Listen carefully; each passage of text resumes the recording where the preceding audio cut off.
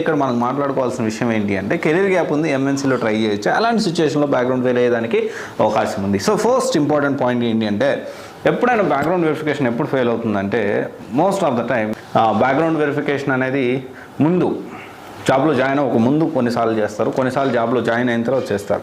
And ఇప్పుడు fail అవ్వకుండా ఉండేదానికి ఎలాంటి సిచ్యువేషన్లో ఫెయిల్ అవ్వదు అనేది ఒక 3 సినారియోలు మనం మాట్లాడుకుందాం. ఒకటి వచ్చేసి థర్డ్ పార్టీ అయితే, అంటే మనం రిక్రూట్మెంట్ చేసుకుంది ఎంఎన్సీ కంపెనీ అయినా కానీ థర్డ్ పార్టీ మన ద్వారా పేరోల్ అనేది రన్ అవుతుంది. అంటే ఇక్కడ ఏంటి అంటే థర్డ్ పార్టీ అంటే మనము for your example assume that we are working for TCS but our client is Infosys. Example చెప్తున్నానండి. అంటే మనం వర్క్ చేసేది అదే సీట్ వేసుకొని ఆ చైర్ వేసుకొని టేబుల్ వేసుకొని ల్యాప్టాప్ వేసుకొని కూర్చునేదేమో టీసీఎస్లో, వర్క్ చేసేది ఇన్ఫోసిస్లో. వర్క్ ఎవరి కోసం చేస్తున్నాం? ఇన్ఫోసిస్ కంపెనీ కోసం చేస్తున్నాం. సో ఇలాంటి అంటే ఎగ్జాంపుల్ చెప్పాను. యాక్చువల్లీ ఇక్కడ ఏంటి అంటే టీసీఎస్ ప్లేస్లో ఏదైనా చిన్న కంపెనీ ఉండొచ్చు. మనం వర్క్ చేసేది మాత్రం ఎంఎన్సీ కంపెనీకి మనం వేరే ఇంకొక కన్సల్టెన్సీ ఆ థర్డ్ పార్టీ నుంచి మనం వర్క్ చేస్తున్నాం. ఇలాంటి సిచ్యువేషన్లో బ్యాక్గ్రౌండ్ వెరిఫికేషన్ ఫెయిల్ అయ్యేదానికి అవకాశాలు చాలా చాలా తక్కువ ఉంటాయి. అండ్ దెన్ నాన్ బ్యాంకింగ్ అంటే ఏంటి అంటే ప్రాజెక్ట్స్ విషయానికి వస్తే నాన్ బ్యాంకింగ్ ప్రాజెక్ట్స్ అయితే బ్యాంకింగ్ కాని ప్రాజెక్ట్స్ ఏవైనా కానీ మ్యాక్సిమం మీ స్కిల్ ప్రూవ్ చేసుకుంటే మ్యాక్సిమం పీజీ అనేది ఫెయిల్ అయ్యేదానికి అవకాశమే ఉండదు. అండ్ ఇంకొక విషయం ఏంటి అంటే ఇందాక థర్డ్ పార్టీ కంపెనీ గురించి మాట్లాడుకున్నాం. థర్డ్ పార్టీ బ్యాక్గ్రౌండ్ వెరిఫికేషన్ చేసే కొన్ని కంపెనీస్ ఉంటాయి అన్నమాట.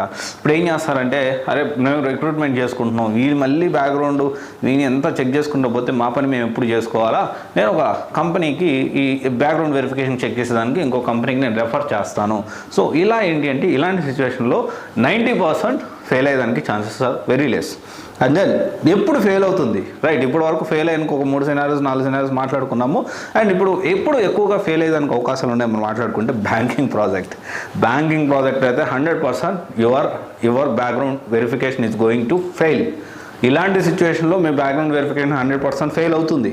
అండ్ దెన్ యూఏఎన్ ఏంటి అంటే మనం ఏదో నాన్ ఐటీలో ఒక కంపెనీలో వర్క్ చేసి ఉంటాం, దానికి సంబంధించి పిఎఫ్ అనేది క్రియేట్ అయి ఉంటుంది.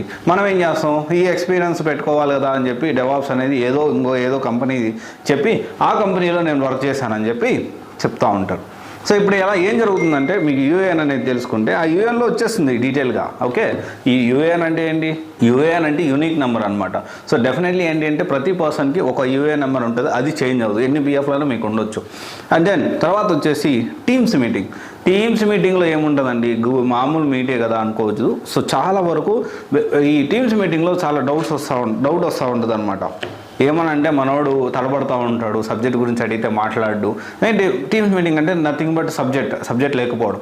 ఇలాంటి విషయంలో మళ్ళీ ఇంకొకసారి రీవెరిఫై చేయండి రా వీడే తేడా ఉన్నాడు, ఫేక్ క్యాండిడేట్ లాగా ఉందని చెప్పి అలాంటి సిచ్యువేషన్లో ఫెయిల్ అయ్యేదానికి అవకాశం ఎక్కువ ఉంటుంది. అండ్ వెరీ ఇంపార్టెంట్ పాయింట్, అన్నిటికంటే ఇంపార్టెంట్, కంపెనీ మనం వర్క్ చేసే కంపెనీ, మనం పెట్టిన కంపెనీ, మనం ఎక్స్పీరియన్స్ తెచ్చుకున్న కంపెనీ ఆల్రెడీ అది మనం అంటే జాయిన్ అయిపోయే కంపెనీలో ఇంకోడెవడో దొరికాడు. సో ఆల్రెడీ అవర్ కంపెనీ మనం ఎక్స్పీరియన్స్ పెట్టుకున్న company is already in black list.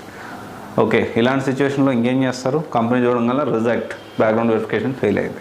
So ఇలాంటి కొన్ని సినారియోస్ అనేవి నేను ఈ వీడియోలో చెప్పాను. అండ్ ఇదన్నిటికంటే ముఖ్యమైన విషయం ఏంటి అంటే always prefer for startup companies rather than MNC. If you are having career gap always prefer for startup company. నేను ఎంఎన్సీలో అంటే ఇలాగే ఉంటుంది. నేను ఆల్రెడీ ఒక పక్క చెప్తా ఉంటా, అరే బాబు ఎంఎన్సీలో వద్దురా స్టార్టప్, లేదు సార్ టీసీఎస్లో ఎలా ఉంటుంది సార్ అని అడుగుతూ ఉంటాడు. I don't know how people are asking, అంటే వాడికి అర్థమవుతుందో లేకపోతే వాడి కొరియన్ లాంగ్వేజ్లో ఏమని చెప్పాలో నాకు అర్థం కాదు. Some people came to me in counselling. నేను చెప్తా ఉంటా, బాబు నువ్వు ఇంత కెరీర్ గ్యాప్ ఉంది, ఎంఎన్సీలో ట్రై చేయకపోవడం బెటరు, స్టార్టప్ కంపెనీలో అది ఓకే సార్, అది ఓకే, టీసీఎస్ సంగతి ఏంది, టీసీఎస్లో పెట్టుకోవచ్చా? So think about it.